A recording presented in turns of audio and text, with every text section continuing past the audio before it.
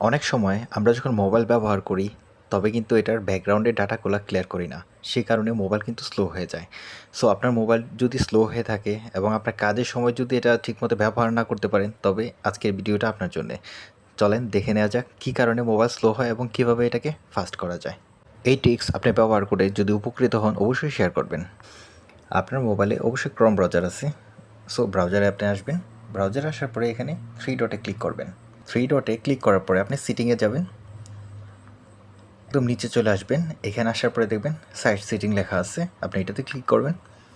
এটাতে ক্লিক করার পরে আপনি ডাইরেক্টলি নিচে চলে যাবেন, একদম নিচে আসার পরে দেখেন ডাটা স্টোর একটা অপশন আছে, এটাতে ক্লিক করবেন।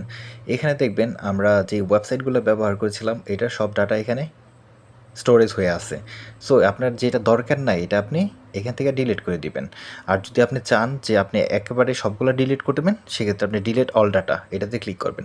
তবে একটা কথা মনে রাখবেন, এই অল ডাটা ক্লিয়ার করলে কিন্তু আপনার যেই যদি কোনো ফেসবুক ইউজ করেন বা কোনো ওয়েবসাইটের আপনি ইউজার পারমিশনে লগ ইন করার সিস্টেমটা রেখেছেন, সেক্ষেত্রে কিন্তু এটা রিমুভ হয়ে যাবে।